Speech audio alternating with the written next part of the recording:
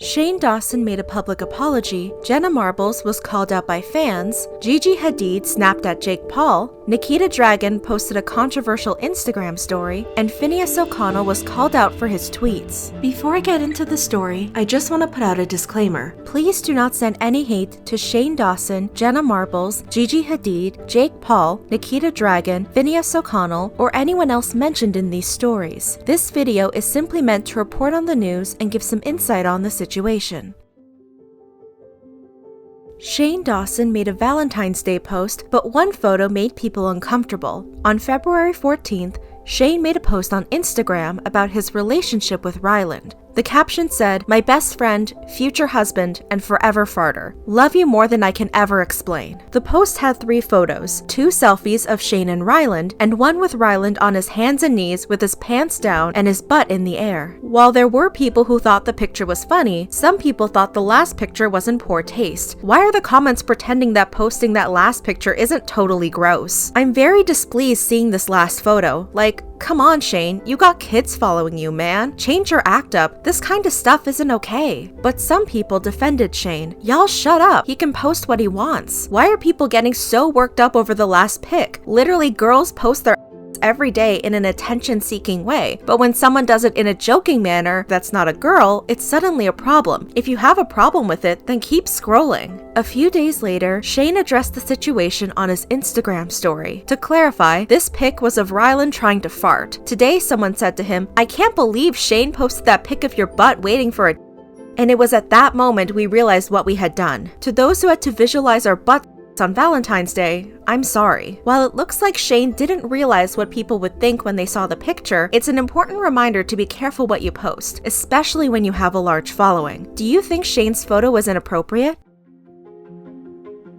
Jenna Marbles was under fire for a recent video involving her dogs. On February 20th, Jenna uploaded a video on YouTube where she tried out a viral dog harness where the dog is sitting upright while in the harness. Throughout the video, Jenna and her boyfriend Julian are often checking in on the dogs and making sure they're okay. I think there's like a little bit of protest right now, like a little bit. Yeah, okay. Okay, it's okay.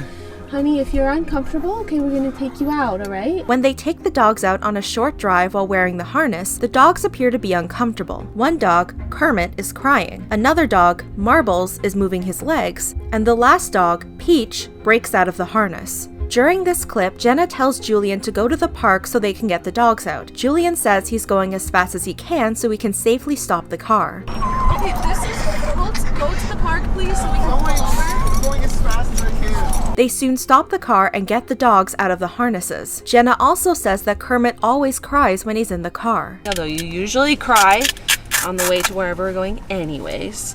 But that wasn't really a cry, it was more of like a, I'm freaking out a little bit. Yeah. Jenna ended the video by saying she wouldn't be using the harnesses again. After receiving comments accusing her of mistreating her dogs, Jenna took down the video and re-uploaded it with a new clip at the beginning addressing the controversy. She said she should have given a better disclaimer on the original video. I did see a lot of comments from people saying that dogs shouldn't be sitting upright like this product does. I agree with all of you. Like, to give you the review up front, I did try this and I do spend, the video is 30 minutes long, and I do spend a majority of that time sort of describing that I'm not sure that this product is right for me or my dogs. She also clarified that the dogs were only in their harnesses for a short time as they drove up the street, and she would never put her dogs in a stressful situation for an extended amount of time. Jenna said she wanted to try the product because she's always looking for things that could help her dogs be safer in the car, and she was not endorsing the product. This isn't the first time Jenna has addressed a pet-related controversy. She has previously apologized for purchasing a fish bowl for her pet fish. Many people defended Jenna. Y'all really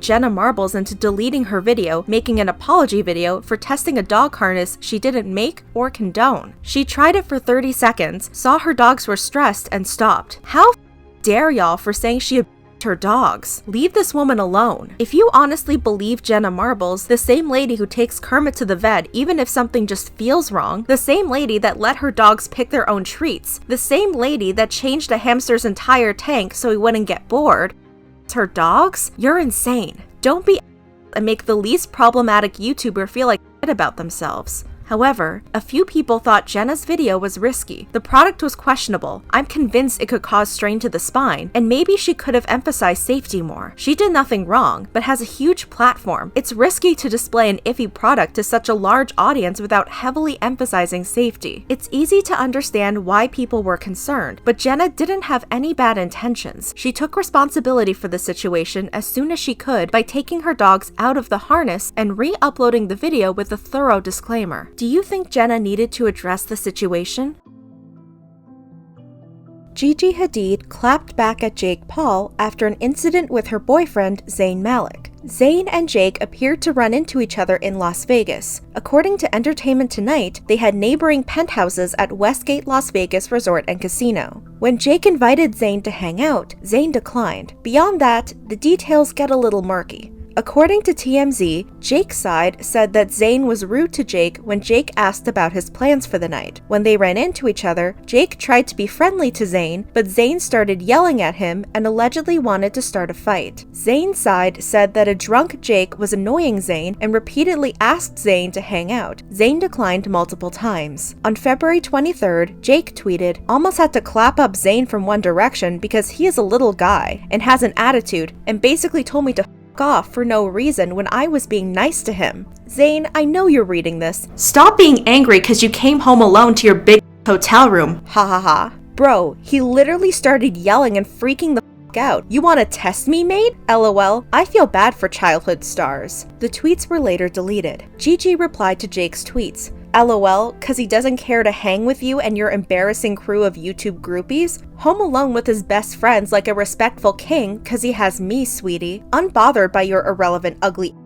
Go to bed. Jake addressed the situation after deleting the tweets. Someone needs to take my phone when I'm drunk because I am a idiot. On February 25th, Logan Paul told his side of the story on his podcast, Impulsive. Logan said, during a night in Vegas, Jake attempted to hang out or talk to Zayn, and apparently Zayn wasn't too nice to him, so that upset Jake. I was with Jake that night. We split up, that's when he ran into Zayn. I went back to his hotel room at 3 a.m., and he goes, "Bro, I ran into Zayn from One Direction, and he wasn't that nice to me. I asked him to hang out, and he kind of just shrugged me off, and I think the conversation upset Zayn." Jake's room is across the hall from Zayn's room. I think they may have seen each other in the hallway. Jake's like, "I think he's upset, listen." So I put my ear out and Zayn is screaming. He's screaming from inside his room. So I'm like, I'm going to try and be a diplomat and squash this beef. So I go over to his room and knock on the door. Bro, he's screaming. He's losing his mind. I'm standing there just kind of confused, and Zayn's throwing out insults like, "You're a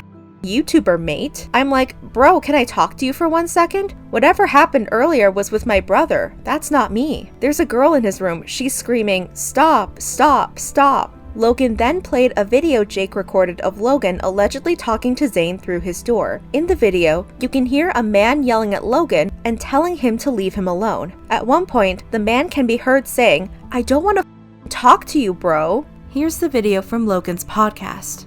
Jake actually took a video here. Here's the video that Jake took, and you can hear him screaming. Yo, facts. My friend. Talk to me for 1 second.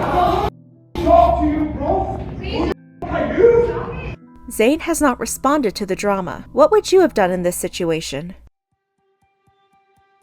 Nikita Dragun's Instagram story has fans speaking out. On February 21st, Nikita posted a photo on her Instagram story with the caption, "On the way to Milan." In the photo, Nikita appears to be wearing a do-rag, a type of scarf that is used to keep hair in place and prevent frizz. It's also part of mainstream black fashion. Most people didn't like the post. Girl loves all sort of attention. No one has been talking about her since her shop flopped, so she gotta do these kind of to keep herself relevant. At this point, I don't see how anyone could claim she didn't know or it's just one mistake. Nikita is the human embodiment of bad publicity is still publicity. Nikita addressed the situation in a now deleted tweet. Do-rag headscarves are used to protect your wig from flyaways, friction, and frizz. 13-hour flight to Milan plus 40-inch human hair lace wig equals please everyone go about your day. It's really not that deep. But people weren't buying her explanation. I've never known anyone to use a do-rag for a wig unless she knows something I don't. They're for waves. No, you're right. Bonnets are for wigs, not do-rags. She's loud and wrong. Too shy to wear a bonnet, but bold enough for a do-rag. A mess, right? If that's her excuse, why not wrap your 40-inch human hair lace wig with a fancy Hermes scarf or something equally as expensive to flex your wealth? It's impossible to know what Nikita's intentions were when she posted the photo,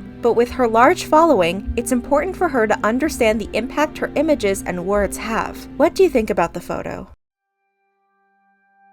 Billie Eilish's brother, Finneas O'Connell, was called out for showing his privilege in a tweet. On February 23rd, he tweeted, "A piece of advice to young creatives. Shooting your shot is promoted widely, and I think, honestly, it's a little overrated. Work super hard alone or with your closest friends. Make it's so good it speaks for itself. Don't pester people to work with you. Let them come to you." He later deleted this tweet. Many people called him out, saying that his experience is inherently privileged. Spoken like someone born to 2 actors in LA. Here's my piece of advice. Check your privilege. Some of us have to work full-time jobs and are desperate to escape those conditions. My dad was a mechanic. I can't even afford his funeral. I have $700 in my bank. So yeah, I'll shoot my shot. Oh yeah, their music was speaking for itself. Not like they knew powerful people in the industry that could put their music on blast. Both of his parents work in the music industry. Success was basically guaranteed for him since he was a child. He never had to shoot his shot because he had things handed to him. It's the truth. I love Billie, but her brother is getting brave with these bad advices. Other people pointed out how non-white cisgender people have a harder time making it in the entertainment industry. Seems very blind to the fact that folks often overlook Black, brown, LGBT creatives based on inherent bias, unless, of course, they are stealing, appropriating. Being undeniable isn't enough for all people. Self-advocacy is crucial and doesn't have to be pestering. Most POC artists immediately face blockage and gatekeeping. It's not that they don't work enough or their art lacks. Fans would say not. It's the people who refuse to take them seriously. But some people defended Finneas's tweet. You don't know them, granted, nor do I, but they've said they grew up with no money at all. You tweeted this from an iPhone, meaning you can probably afford a Mac too. A Mac is all you need to shoot your shot.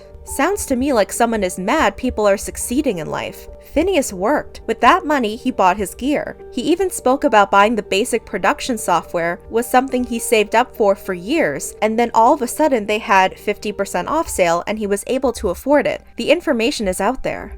Finneas responded to the backlash in now deleted tweets. During my lifetime, our parents were never able to fully financially support us off their work as actors. Our dad worked 12-hour days, 7 days a week as a construction worker for Mattel, and our mom was a teacher. Our parents gave us love, but knew no one in the record industry. I paid off their mortgage last year, and Billie pays them each salaries to tour with us full-time, though they have told us many times they would work for us for free. Anyone who saw us tour in 2019 knows our dad insists on sweeping the stage each night before we perform. He later apologized for his statement. Deleted that tweet because it became clear to me that it came from a place of privilege and arrogance on my part. I'm sorry to anyone I disappointed or offended. I appreciate those who called me out on it. Thank you for holding me accountable. Finneas didn't give the most relatable or useful advice, but it's great to see him acknowledging it and moving past it. What did you think of Finneas's tweet? What do you think about these stories? Let me know in the comments below.